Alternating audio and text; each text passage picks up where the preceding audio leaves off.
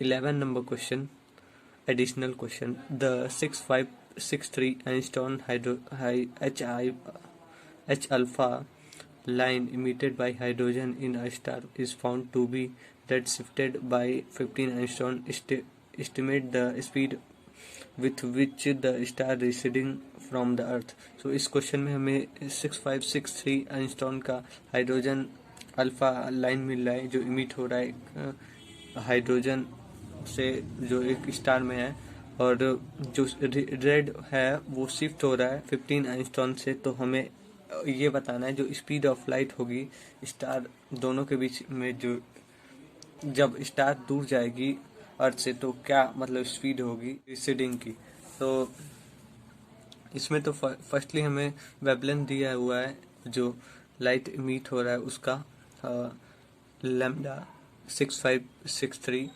तो इसको हम मीटर में करेंगे तो 6563 इंटू 10⁻⁻10 आइंस्टाइन हो जाएगा। और उसके बाद से जो रेड स्टार है वो शिफ्ट हो रहा है 15 आइंस्टाइन से, तो उसको भी हम पहले तो हमारे पास लैम्डा है उसको हम वेवलेंथ मानेंगे हाइड्रोजन से जो इमिट हो रहा है लाइट वेवलेंथ उसको, और दूसरे वाले में रेड जो शिफ्ट हो रहा है उसको, जो दोनों के बीच का डिफरेंस दिया हुआ है ना ये शिफ्टेड वाला है तो इसीलिए 15 मानेंगे। तो जो ये हमारा लैम्डा डैश है माइनस लैम्डा इक्वल्स टू 15 है, 15 आइंस्टाइन है, तो उसको हम मीटर में कन्वर्ट करेंगे 15 × 10 मीटर। तो स्पीड ऑफ लाइट होता है हमारे पास 3 × 10⁸ मीटर पर सेकेंड। और अगर हम बात करें अगर हम बात करें कि कितने स्पीड से अर्थ से अवे जाएगी स्टार, तो उसको हम मान लेंगे v। और उसके बाद से जो रेड शिफ्टेड लाइट में और जो वेलोसिटी में रिलेशन है हमारे पास वो lambda dash minus lambda equals to v lambda in upon c है, जिसमें हमारे पास वेलोसिटी जानने के लिए v equals to c/c in bracket lambda dash minus lambda upon lambda हो जाएगा। और ये फर्दर सॉल्व होगी। फर्दर सॉल्व होने के बाद हम उसमें वैल्यूज पुट करेंगे, जैसे c हमारे पास स्पीड ऑफ लाइट है 3 × 10⁸ और ये दोनों के रेड शिफ्टेड डिफरेंस है 15 × 10⁻10, और ये हमारे पास लैम्डा है 6563 × 10⁻10। तो हमारे पास यहाँ से जो वेलोसिटी मिलेगी वो 6.87 × 10⁵ मीटर पर सेकेंड होगी।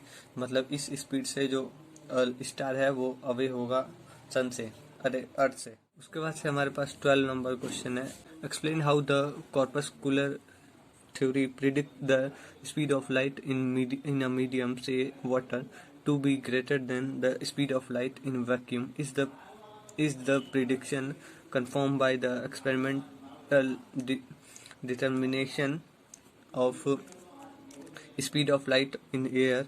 If not, which alternative picture of light is consistent with the experiment? Firstly हमें बताना है ये न्यूटन्स कॉर्पस्कुलर जो थ्योरम है उस पे डिपेंडेंट है।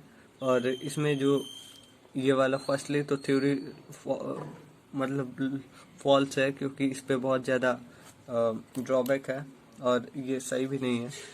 और प्रिडिक्ट ये करना है कि जो कंफर्म करना है जो एक्सपेरिमेंट डेटा है, और ये भी बताना है कि अगर हम एक्सपेरिमेंटल डेटा लेते हैं speed of light in water की तो उससे कंफर्म होगा या नहीं। अगर नहीं होगा तो उसके लिए अल्टरनेटिव पिक्चर क्या होगा लाइट। तो फर्स्टली तो इन दोनों का आंसर होगा, इसमें फर्स्टली नो होगा क्योंकि एक्सपेरिमेंट से भी होगा, ऐसे भी हो सकता है। और इसमें वेवलेंथ के हेल्प से हम करेंगे, वेव ऑप्टिक्स के हेल्प से करेंगे। तो और ये वाला जो है अब हम सॉल्व करेंगे। इसमें जो फर्स्ट वर्ड यूज किया गया है कॉर्पस्क्यूल्स, तो ये होता है मतलब टाइनी कोई चीज़ होती है जो बहुत छोटी चीज़, जो बहुत छोटा पार्टिकल को बोल सकते हैं। वो स्ट्राइक कर रहा है मतलब रेयर से डेंसर में जा रहा है, मतलब एयर से वाटर में जा रहा है। तो जो पार्टिकल का फोर्स ऑफ अट्रैक्शन है वो नॉर्मल इन जो पार्टिकल का मतलब फोर्स ऑफ अट्रैक्शन है वो नॉर्मल रह रहा है सब्सटेंस में। अगर हम बात करें उसके वेलोसिटी की तो वो इंक्रीज हो जा रहा है अगर कंपोनेंट को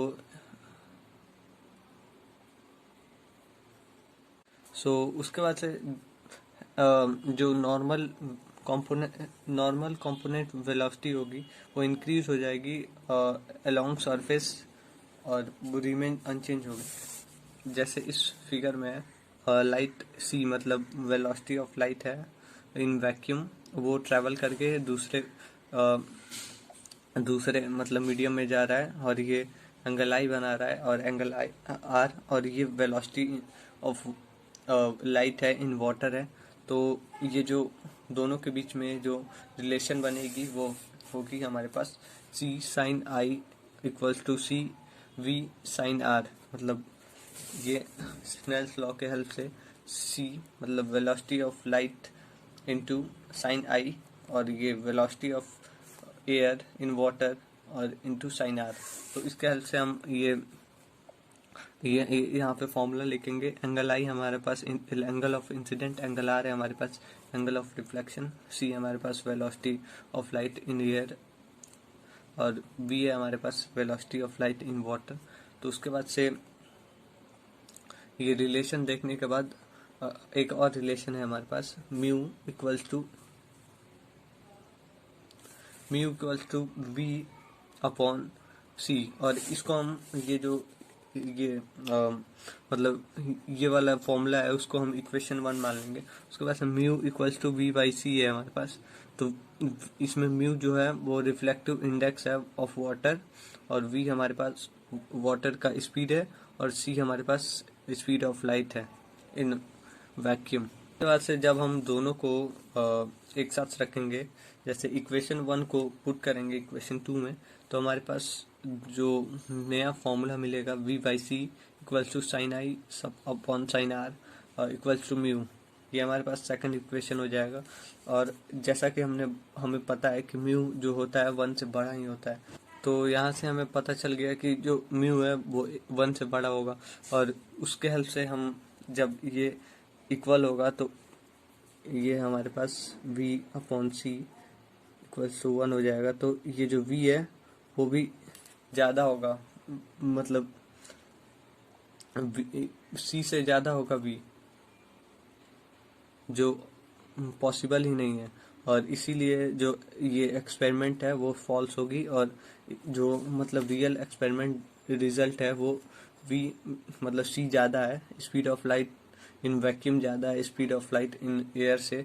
इसलिए ये जो न्यूटन कॉर्पस्क्यूलर थ्योरम है वो फॉल्स है और इसमें जो वेव पिक्चर हमें देखने को मिल रहा है वो एक्सपेरिमेंट डेटा से मिली हुई है।